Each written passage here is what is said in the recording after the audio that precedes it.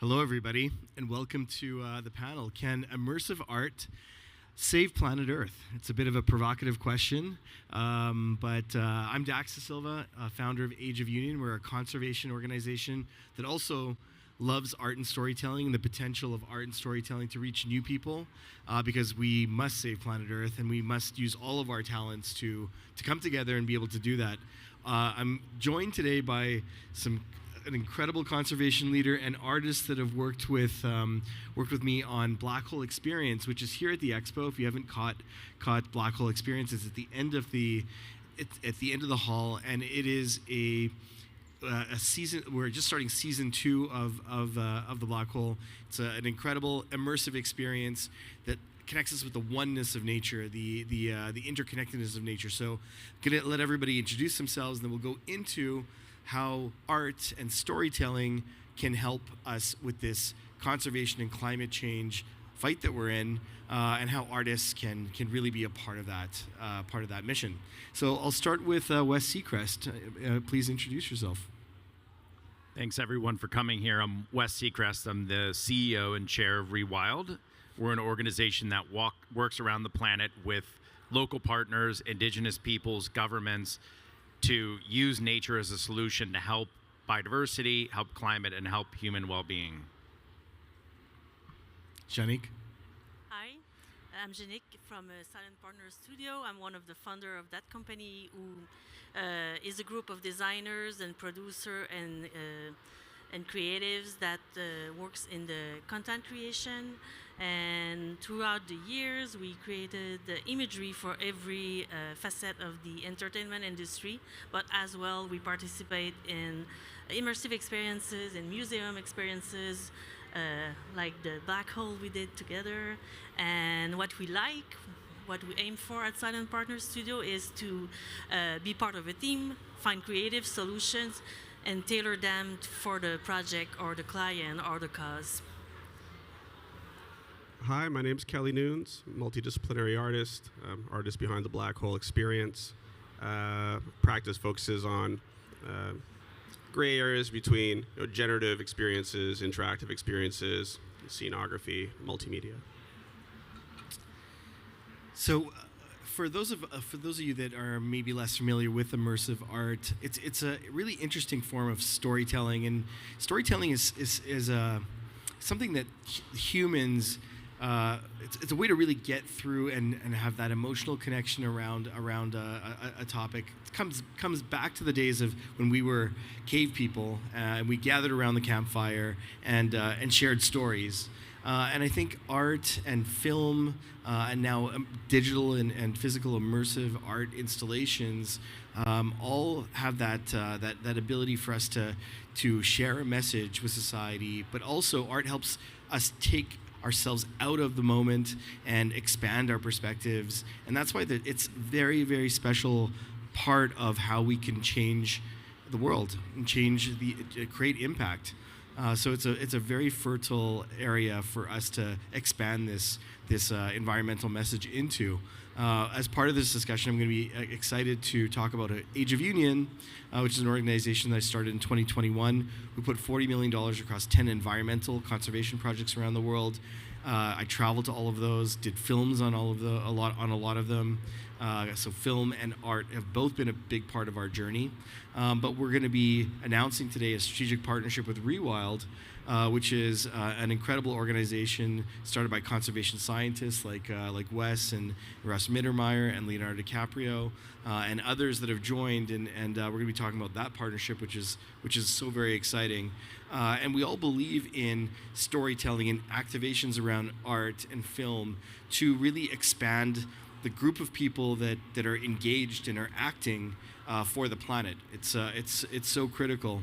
And the intention behind Black Hole was to not do something a little bit unexpected. Like whoever thought that an immersive experience that would take you through an artistic rendition of going into a black hole and traveling with a black hole would have an environmental message. But at the end of the day, saving the planet is actually a bit of a spiritual exercise, because you have to think about the greater good, the wider fate of like all life, all wildlife, all human life, all marine life, plant life on the planet. You've got to think about bigger than our immediate needs, and that's a moment where we have to think about ourselves as one with the cosmos, one with something bigger than us.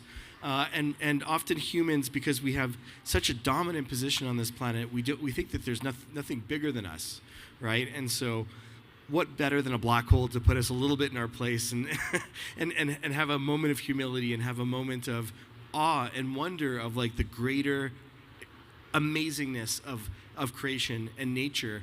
And there's been this moment of excitement about space. Actually, humans have been excited about space from time immemorial. But even in just the last couple of years with the eclipses and the aurora borealis, we've just had, there's been lineups nonstop at South by Southwest for Black Hole, but also when we brought it to Times Square and LA Climate Week and lots of different places, we've had so much excitement. And it's a moment of reflection and a moment of oneness with nature. Even though we're simulating it in an immersive experience. But that's, I think, a bit of the magic of immersive art, is it can transport you somewhere. So that's sort of just teeing up this conversation that we're going to have around art, immersive experiences, and nature, and how do we connect us back to impact for nature. So my first question here is to Kelly, who is my collaborator on not just the black hole. Black hole was prototyped in my house. Actually, it was a black hole room. But before doing the black hole room, 5 years ago already. Yeah, there was 5 years ago. There was a series of rooms that we did for the Age of Union Center, and Kelly and I did lava cave, glacier cave, the moon Earth room, moon room. Actually, if we could show that slide. Talk to us about the role that immersive art plays in shifting perceptions and environmental challenges, and talk to us about some of those rooms and how Black Hole evolved from some of those immersive environmental rooms that we did. Yeah, so Age of Union was such a special place. These permanent multimedia installations commissioned by Dax, collaboration with Dax. I think what's really important when shifting perceptions is the messaging. Messaging is really key, and one advantage that art has over pedagogy or education is that we can use the tools of symbolism and abstraction to create space for the visitors or the subject to project their own life experiences and their own reality onto the piece, and it draws them in. And in the Black Hole experience, for example, we have a little sort of crumb trail that they follow. They kind of all go through a similar experience, although they all have like their own subjective reality. But by the end, they've all arrived at like a common place, a common collective place. So how you use those tools, whether it be for environmental advocacy or other types of advocacy, art really has an advantage in that way. Amazing. Such a powerful medium and unexplored. Like, I think we can really push, and I feel like that's what we're trying to do with Black Hole and what we're doing in our work together. Wes, how does storytelling through art compare to traditional conservation storytelling, and how do you go from the abstract of art to the reality of nature? Thanks, Dax. I think one of the things that I wanted to pick up on was your throughput about life on this planet, and I think we often talk about life being in a distant rainforest or distant coral reef, but we are all part of life. Within ourselves, we have tens of trillions of cells, over which half of those are actually other organisms. We all contain up to 10,000 other organisms, mostly microorganisms. We are part of life. Life drifts throughout the planet. This is the only living planet in the solar system. This is the only living planet in the universe that we know of. One of the things that art, in my mind, does is it's inspired by the environment, and the environment inspires art. So you see often the historical threads of art, starting with cave art in prehistoric times all the way up to now. You see a throughput of nature because, of course, we are part of nature. And I think traditionally conservation has looked at storytelling in a very discrete way. let's go save polar bears. But really, I think what we're trying to do with art is actually put us back into nature, because we are not separate from nature. Even though we're in a place like Austin in a convention center, it feels like we're very distant from those rainforests, from those coral reefs. But in fact, we're all reliant on nature. We're all part of nature. Absolutely. We're not separate from nature. We have to start thinking that way. Such an important thing to understand. Janicke, how do large-scale video installations make complex environmental issues tangible for audiences? Okay, so if we want to bring the subject to be immersive, we're talking about engaging the sense, right? And the goal is to converge the focus of all senses into a message.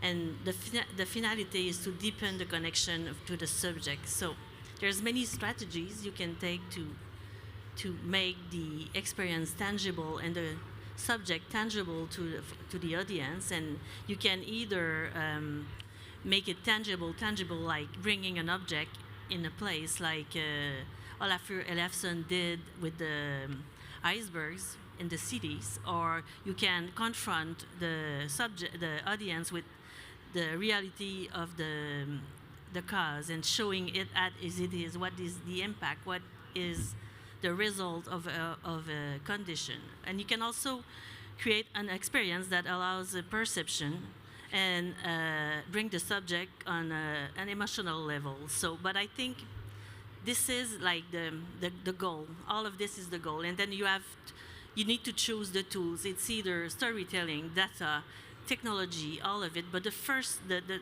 main thing about all those experiences and all those installations is you need to start by answering the question and find the takeaway. What is the outcome? What do you want to say?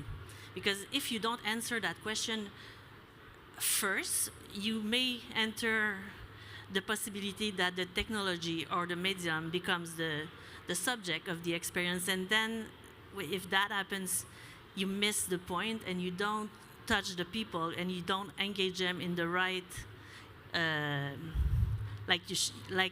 you need to find first in fact, what I want to say is the technology should be the brush and the message should be the painting. I think it's really the best way to explain what I want to say about that. So that would be my answer. I love that. Technology is the brush. It's beautiful.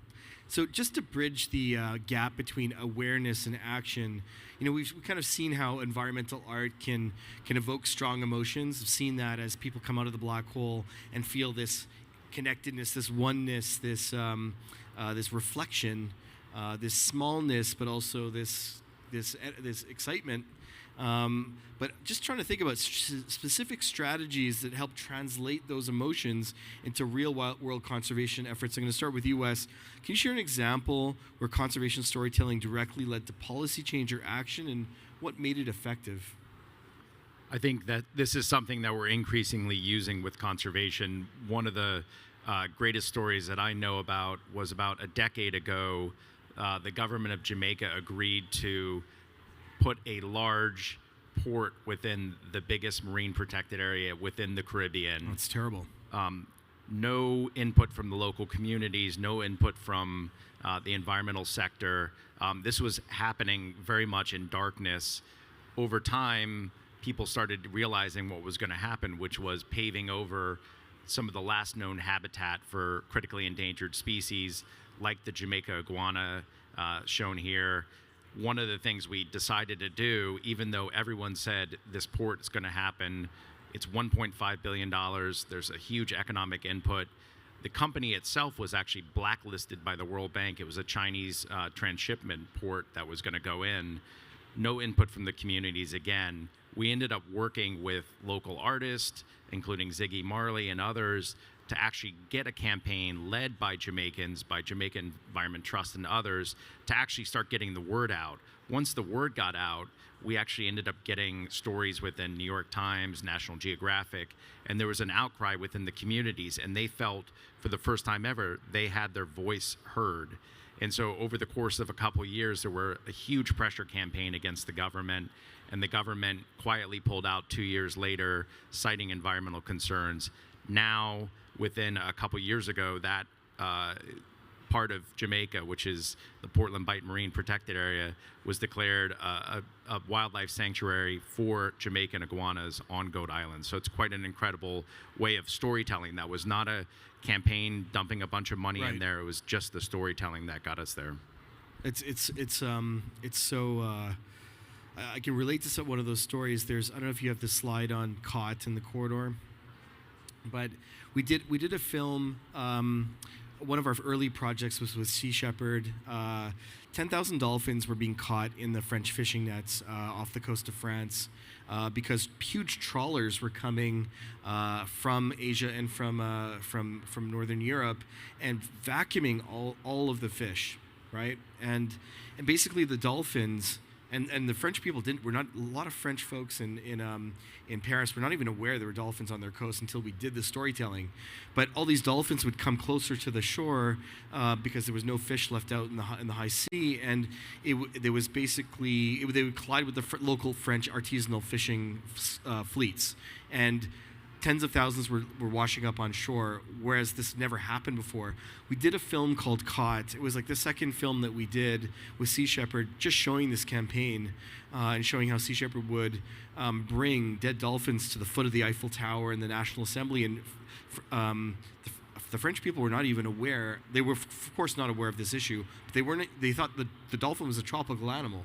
And through a premiere we did in Paris, and it's not like the film was seen by millions of people, but it caused enough people to put pressure on the government that we got the law changed. And it was a film that only cost maybe $200,000, but it actually potentially saved dolphins from extinction in that area with that kind of storytelling. And I think film is one of those first media where it's sort of you get immersed in this story, and it allows you to get through to people and bring awareness to something that they just had no clue. I think that's a great story, and especially when we have situations which mostly in the environment situations are long-term or they're not very visible, including under the ocean. Of course, the marine environment is the only place on the planet that we industrially hunt wildlife. We call it fishing, but that's very different from the artisanal fishing that you're talking about, the coastal fishers. These are industrial, oftentimes hundreds or thousands of ships that are coming in and taking all life out of the ocean. And of course, now we're seeing this as a depletion of the ocean. The depletion of the ocean is actually leading to effects for climate change, coastal communities. And of course, half of the wildlife that we take out of the ocean now is actually either fed to farmed animals or to fish farms, so salmon farms and others. So there's a huge link to what you guys were doing in France and the broader community of our food system and the need to transition our food system. So that's the real challenge, is out of sight, out of mind, right? That's why as soon as we started traveling to these remote areas, the other film was the Quarter in the Congo, I realized if we don't show what's happening in some of these places, there's no hope. But also we want to show action. We want to show that things can be done, because another gloom and doom documentary doesn't engage people. It doesn't create the kind of activism that makes things happen. It's I love to show, like with Corridor, when we started, that movie was about doing these forest land titles in DRC. By a year after the film came out, 1 million hectares of corridor where gorillas and forest elephants can traverse through areas that have villages, but now there's land title for forest, right? That prevents mining companies from coming in and disrupting these villages, but also disrupting wildlife. So it's just these stories that can really magnify something that's so remote for people, Yeah, just to add in really quickly, I think you're on to what we're talking about with art, which is using art for impact. And I think it's not art to say there's doom and gloom. We actually know when you communicate to the right people and the right decision makers, you can actually make big change. And following up on the Corridor, Virunga, which was a documentary about the biggest national park in Central Africa and Democratic Republic of Congo, was actually successful as a documentary produced by Leo and others that actually helped push against oil extraction. That was something that was out of sight, out of mind, and now that serves as a huge beacon of hope for gorillas and other species in eastern DRC. That's such a precious ecosystem. It's amazing what film can do. Kelly, how can immersive art installations be designed to leave audiences with a clear next step, whether it's advocacy, behavioral change, or direct support?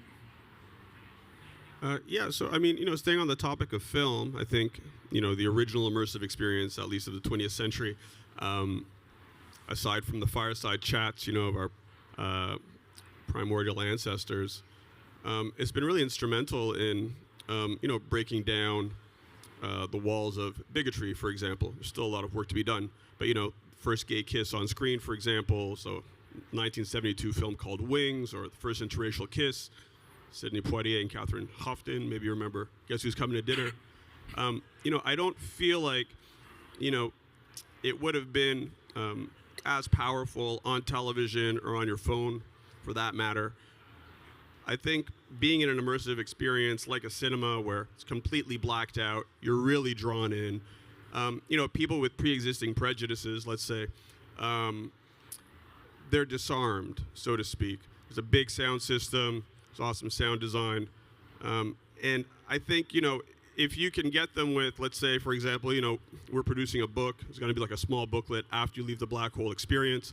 Takeaways, keepsakes, it could be a pamphlet. But if you get them right after that immersive experience, when they're sort of disarmed and maybe open to having their opinions or their perceptions changed, providing a different value set for them. I think that's one way to do it, starting with the immersive experience, but then giving them something afterwards that they can take away and keep with them. Maybe they'll return to it a few days later, or even like a week later. Yeah, that's my opinion. Yeah, that's such a great point, because you have this moment where the art piece has taken somebody to another place. That's one of the incredible things about art, is just being transported, and you have this window of opportunity to engage somebody when they've had their perspectives shifted.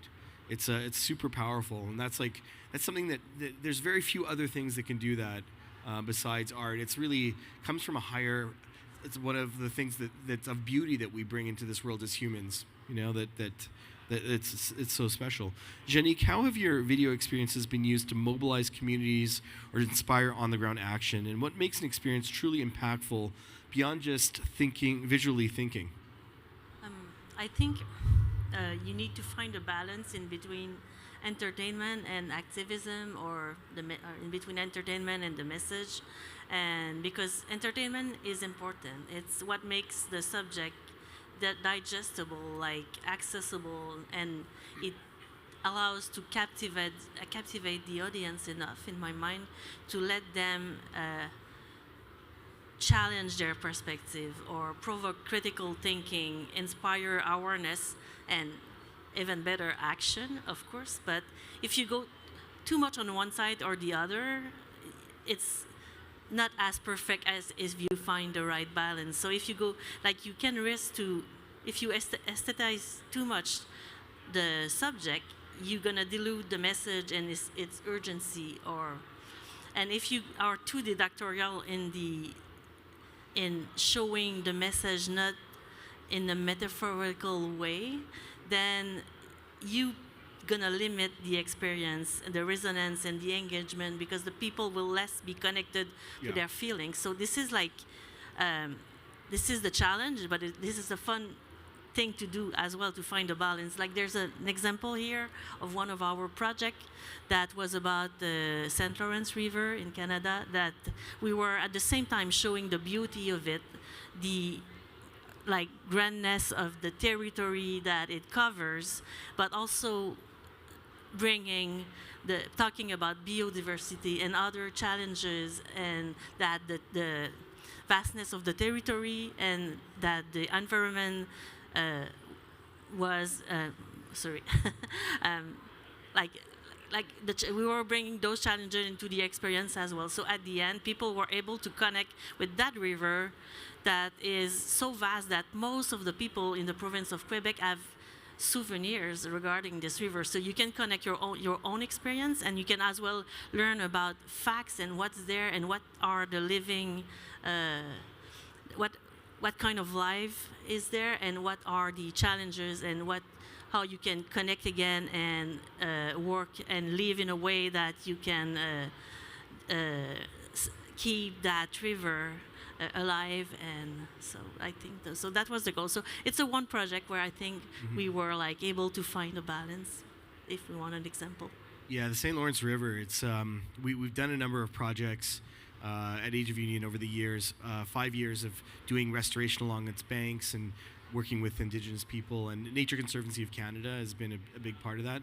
But and we did a short film on it as well. It's for us in Montreal, it's a little, sometimes it can feel a little bit something in the background, or we think about it as a highway, to get goods.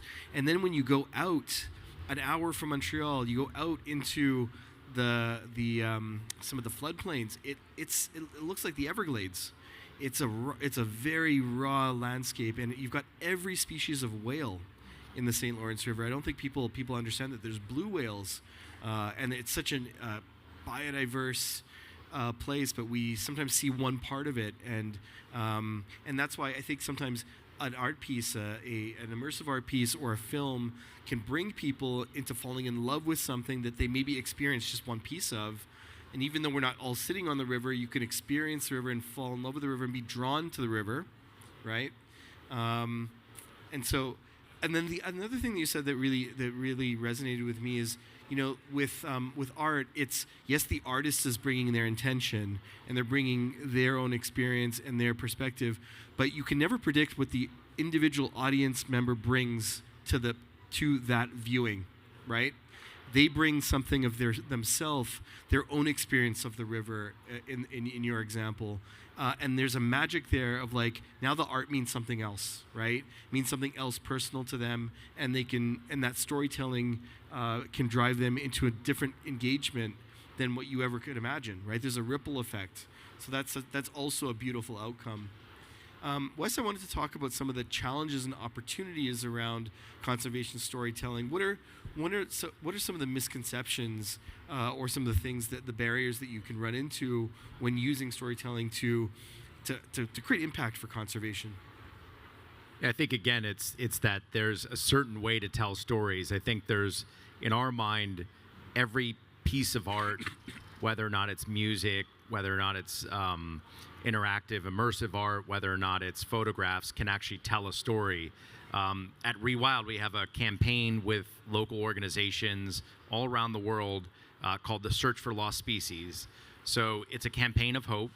There's many plants, animals, and fungi around the world that haven't been seen or documented for a decade or more. And we've compiled that list, which is a boring scientific task, but we've actually taken that into an incredibly immersive storytelling experience. So we've had amazing artists like Tyler Thrasher, Alexis Rockman, who've actually put into life through art some of these lost species. Many of them have never been seen or documented through photographs or videography in the wild. And so by using art to actually inspire some of these searches, we've been able to then inspire the storytelling that goes with that.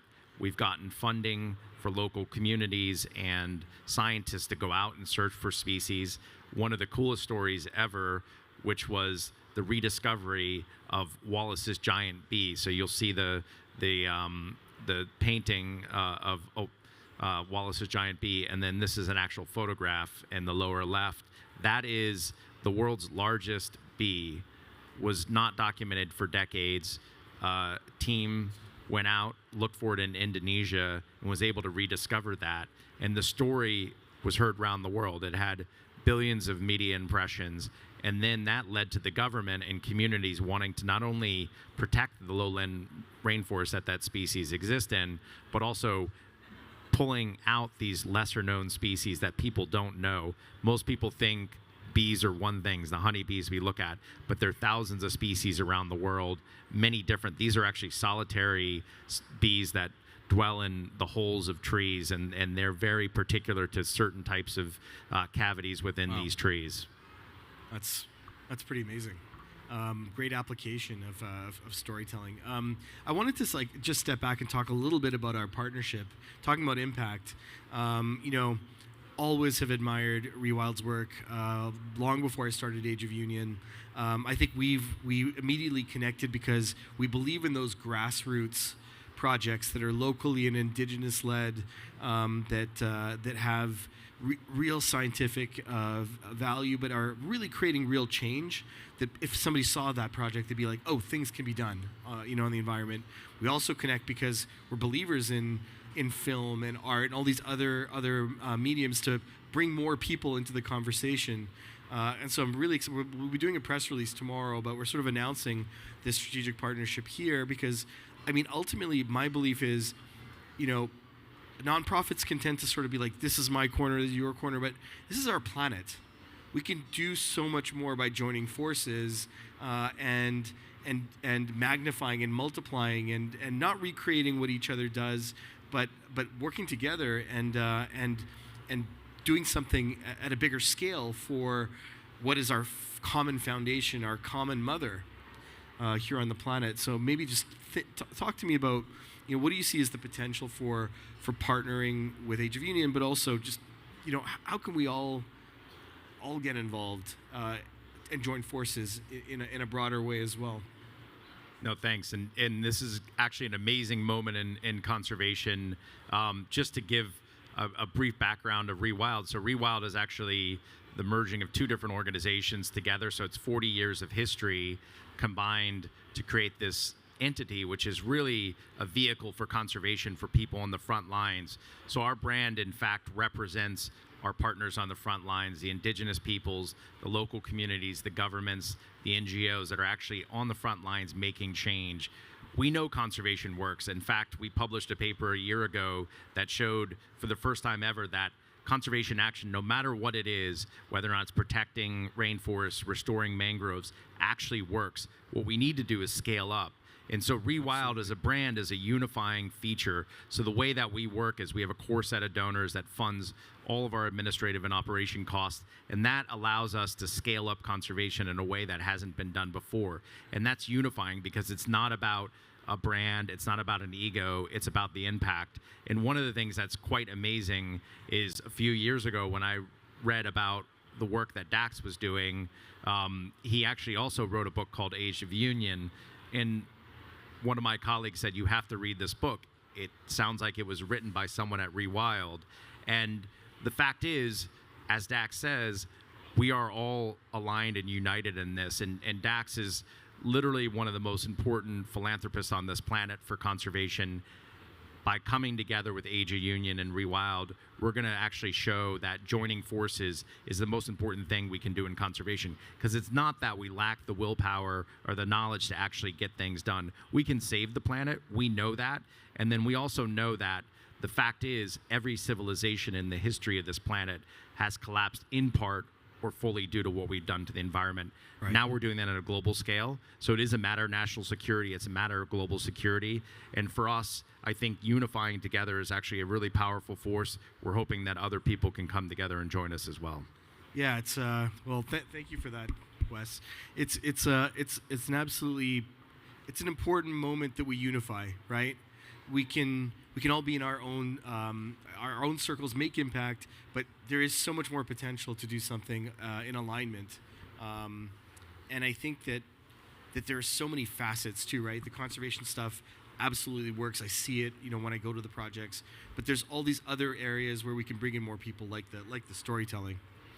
And I agree. And I just want to add in, I think this time on the planet is a time for selfless leaders that are focused on people on the front lines, that are actually focused on protection and restoration, instead of the selfish leaders we have that are focused on destruction and exploitation. We have to get to a world where we're at protection and restoration as front and center to everything that we do, and Dax represents that type of leader that we need for the planet. Thank you. Very excited. We're actually having an event at Lolo on Friday to celebrate the partnership. Black Hole's going to be over there as well. So if you'd like to join us after 8, Wes and I will be speaking. And if you didn't get a chance to check out Black Hole Experience here, we can definitely take you through over there. So thank you, Wes, for doing this with me. It's going to be an incredible years ahead, and can't wait to see in a couple of decades, what we're able to do. And I'm sure this group of folks being united is going to just continue to grow. Kelly, I'm gonna turn to you. How do you ensure that immersive art remains accessible and engaging to a broad audience? You want to include as many people as possible. We're talking about unifying and just making sure that everybody can access it. Yeah, it's certainly a challenge. I think what we've seen recently is museums are beginning to offer, free Tuesday or Wednesday admissions. In our case, with the Black Hole Experience, admission is free. But even just making it mobile too, because remember when we did our exhibitions that were fixed in a specific hipster neighborhood in Montreal, even going mobile has been just broadening it so much. Right? Yeah, absolutely. I mean, country music festivals, for example, Boots and Hearts up in Barrie, Ontario. Shout out Barrie. 3 Points Music Festival in Miami, completely different crowd. Yeah. The experience resonated, quite similarly with both. Obviously, Times Square, a lot of tourists, international, all over the world. There are people queuing up from, you name it. They were in Times Square that day. And I think what we notice is, especially in Times Square, that's a great example. Right. People are just inundated and really overwhelmed with the amount of all those jumbotrons, and it makes people a little bit anxious. And people lined up for maybe 20 minutes, 30 minutes sometimes to go in and have this 15-minute experience inside. And everybody coming out was just oh wow, I really needed that. I didn't realize how stressed out I was. Moment of calm in the middle of chaos. Yeah. But yeah, back to the question. I mean, I think, that is the challenge. I mean, my role in this is to try to ensure that the experience resonates with everybody, from people from all walks of life. My mom, she built a little house in the jungles of Costa Rica a long time ago, and whenever I go down there, my favorite thing to do is to sit outside, before sunrise, when it's still dark. And you can imagine, in a jungle, as the sun starts to rise, there's so much sound. There's insects, there's mammals, the monkeys up at the tree canopy, the wind's blowing the leaves, insects, snakes and lizards, and sort of everything in between. And, I close my eyes, and as it gets louder and louder and louder, I mean, that for me is the best immersive experience, the original immersive experience. What's interesting, and I think people feel like this, in a good immersive experience anyhow, the sensation is similar in that you don't feel like you're outside of the experience, you feel like you're part of it and you belong and you're connected to it. And this sense of interconnectivity is something that we've lost, especially, these days on our devices. Also, we've become a lot more egocentric. People are, I think, a little bit more selfish in this century. So, thinking only about ourselves and those around us, it's short-sighted. And I think feeling connected to something bigger, be it, nature or the cosmos in this example, I think that's what I'm trying to achieve. And I think that we've done it with Black Hole Experience. I totally agree. Janicke, how do large-scale immersive experiences, whether they're digital installations or cinema, how do you navigate the tension between spectacle and substance, and ensure that the message doesn't get lost in the visual experience? I think, emphasizing on what you said, Kelly, scale is a key word in that immersing people in a subject and putting it under their nose awakens awareness by itself. So if the experience is conveying the right message, you are in the right path. And like Kelly, I think that millions of pixels or thousands of pixels in a longer experience, by longer, I mean longer than a 10 seconds video on a social media app, is one of the other key. So it's like getting in the mood, living something, being immersed in it, like recreating what we can live in big space and in nature, and connecting to the infinite and giving headspace so you integrate within yourself the question. That's beautiful. We'll do some closing questions here, and then we'll take some questions from the audience. What are the next frontiers, Wes, in conservation storytelling? Where can we take this? What do you see as the next opportunities? Yeah, that's a great question. I think for us, there's so many facets of art that can be brought into conservation, whether or not it's South by Southwest, where we've got the Black Hole Experience and others to actually be able to tangibly show art and conservation and the environment together. We also have partnerships at Rewild with the music festival Lollapalooza, which is quite interesting and developing in different countries where Lollapalooza is having shows. So getting musicians and their art into the storytelling of conservation. On top of that, we have quite a few things that we're working on, including a really great partnership with someone who brought me into the art world in a very deep way, which is an artist named Haley Mellon. She's amazing. She's an incredible artist herself. She's brought together some of the world's best contemporary artists to get artwork auctioned off to save rainforests and other ecosystems around the world. So quite interesting how you've got this connection between the art world and actual impact in conservation. And then the last thing that we do quite a bit of is interactive campaigns with people around the world. So many of you might, if you're old enough, know this campaign, storytelling around MTV Cribs, where people would take people into their house and show them what was going on. Well, our team has created something called Rewild Your Fridge, and that's looking at what we call the second energy transition, which is the food transition, which is how do we go from an ineffective, inefficient food system to one that's actually better for the planet, better for humans, and better for wildlife. And so it's actually bringing people in through the experiences of celebrities and influencers who've gone and changed the food that they eat to actually represent what's best for the planet and show that these systems that we think can't be changed can actually be changed. It's so powerful. I love the fridge idea. Just having that as a visual, that's going to be a fun thing to bring. You bring that to Lollapalooza? Yeah, that'll be a touring campaign. I mean, we've got an online campaign right now, but it'll be a touring campaign, and so we'll have people come in, and there'll be interactive experiences to be able to understand not only what the products are now, but what the products will be in the future that are better for us, better for the planet, and better for wildlife. That's amazing. I think people don't connect how much our food systems have that impact on decreasing wilderness, wildlife. It's being replaced.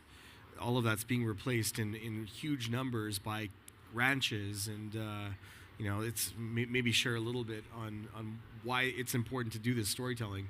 Yeah, absolutely. I think one of the things that people think about food and our experiences, but really food as a system has been commoditized, and what we forget is that the food on our planet all comes from the energy of the sun that comes down as solar radiation, which is then made into life through plants. And what we've done is actually create a system where we're very inefficient. We're taking plants, we're feeding them animals, we're feeding them to humans. And what that results in, like Dax says, is that 83% of all the agricultural land on this planet is actually used not to feed people, but to feed animals or livestock. And so that's either through feed crops or pastures. And then, as I mentioned earlier, in the marine environment, half of the wildlife that we hunt is actually then fed to animals to feed to people. And it's a very energy ineffective system. It's the same thing as fossil fuels, where fossil fuels are just ancient life, the chemical potential of ancient solar radiation that we're then burning for energy instead of going directly to the sun. And we're working more and more, how can we get to a food system that's both effective for the planet and effective for humans? And that's looking at these things in terms of wildlife, in terms of conservation. And a fact that most people don't know, we all talk about the Amazon as this iconic story in conservation, talking about storytelling. One of the things we're trying to do with the Amazon is show, for the first time ever at a large scale, what's happening in the Amazon. If you look at the Brazilian Amazon, there's one threat that's actually taken out 95% of the deforestation in the last 40 years. So 95% of the forest that's been lost is actually lost from one commodity, which is cattle and other livestock. So either through cutting rainforest down, on average a hectare or 2 hectares per cow, or growing soybeans, which are then fed to pigs, cows, chickens, and other livestock. Yeah. And so for us, the future of the planet's going to rely on changing these food systems. We can't protect the Amazon without having the second energy transition. We can't protect the rest of the world without looking at how can we actually move to much more efficient systems of agriculture. And that's where, like, an art piece or an installation like the fridge, it's kind of like a visual education. It's like another way to reach people where maybe some of the other things that they've heard, it either supports some of the things that they've understood about the food system, and just helps progress their understanding through something that's interactive, through something that's engaging, doesn't feel like a lecture, it feels like it's a discovery, right? It's like when you discover something on your own and you get to kind of embrace it in a playful way, or through an art way. It's something that you can feel like you own, as opposed to something that's being told to you. I feel like we all have to come to those conclusions by ourselves, right? 100%, and I think this is it's where a personal discovery, right? Yeah, and this is where documentaries and filmmaking play a huge role. So the Game Changers, if anyone hasn't seen it, please do see it. Great film. Was a great way to connect the athletic world with how the food system is set up, and also how the food system can be better. There's a second Game Changers that will be coming out, actually linking in the same issues with the environment. We're really excited about that, and I think it's a new way to tell stories. And again, I think, as you say, everyone has to come to these paths on their own, but we can do that through these mechanisms of storytelling and showing we can all change the planet. And it's actually exciting. It's exciting that we actually are now in a time where we can actually be efficient in our food systems and our energy systems. We can be efficient in how we actually change the world. Right. And we can learn from people on the front lines, like the indigenous people of the Amazon, that actually use food crops from within the rainforest to sustain their societies. Yeah, I love how you say that it's all possible. I'm such a big believer in that. Now we just got to activate individuals. We can do that through some of the things that we've been talking about. Kelly, how do you see immersive experiences evolving in their role for environmental advocacy? What do you see coming up? I mean, technology is key. XR, interactive. I don't want to say that technology is going to do all of the work for us, because at the end of the day, storytelling is definitely the most important thing. It doesn't matter how advanced your technology is. If you're not telling compelling stories and people aren't engaged and want to believe the stories that you're telling, then it doesn't matter how much technology you have. But going back to this idea of the cinema being an immersive experience, and us now being able to produce immersive experiences that are even more, let's say, immersive, more enveloping. I think, technology is certainly going to help usher in a new era of storytelling that will be sort of more immersive and will help people sort of cross that line from subject to object, where that which you're observing but you feel detached from, which is kind of the source of like othering, like when you don't feel connected to the other, you feel like, for example, you don't have to advocate on behalf of other people because they live somewhere else, or the migrant crisis is not going to reach our shores, or rising sea levels, or I live inland, or food security, that's not an issue for us.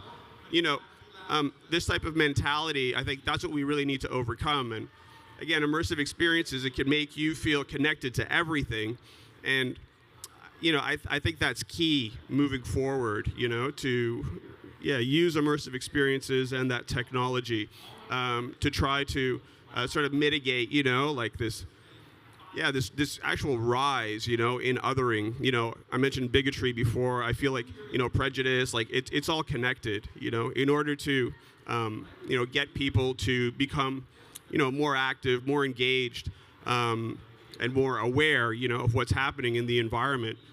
They need to feel less like they're apart or disconnected, from other people. That, we're all humans on this planet. We only have one planet, and we need to work together. Amazing. Thank you. And Janicke, what innovations in digital art experiences excite you most in this space? I think in terms of technology, every new development is exciting. Everything is exciting me and people like us at Silent Partners and in other creative company. But like, it opens new ways of tell a story. It's like a field of possibilities. So all of it is exciting. But what is the most exciting for me at the moment is meeting people like you and that are the real willingness to do and do the activation and the experiences and let us be your voice. That is the exciting thing in my mind. Like, oh, we can do it for real. We can tell those stories for real now because, like, experts and people who have the context trigger those projects, and this is really like the future of the immersive experiences. And the technology is the way, it's new languages, so it's like I think it's like an incredible collaboration to start, at least these two worlds of conservation and art really getting creative, right? Really finding those solutions that could just touch people in a different way, educate, move people in different ways. It's all opportunity, right? And we have, like you said, we have all the tools to make the changes needed on the planet. We just need to activate more folks and have more knowledge. I'm going to open up open it up to questions now from the audience. Does anybody have any questions? Yeah.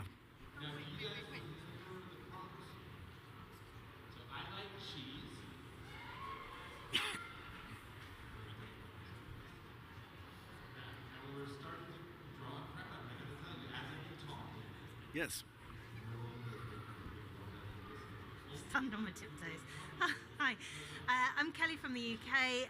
We're working on a project to rewild the city of Derby. We are mentored by Tim Smith. We've got a master plan for our city by the Eden Project. We're working with Professor Miles Richardson, who's literally written the book on nature connectedness and the pathways and the government index that we use for nature connectedness.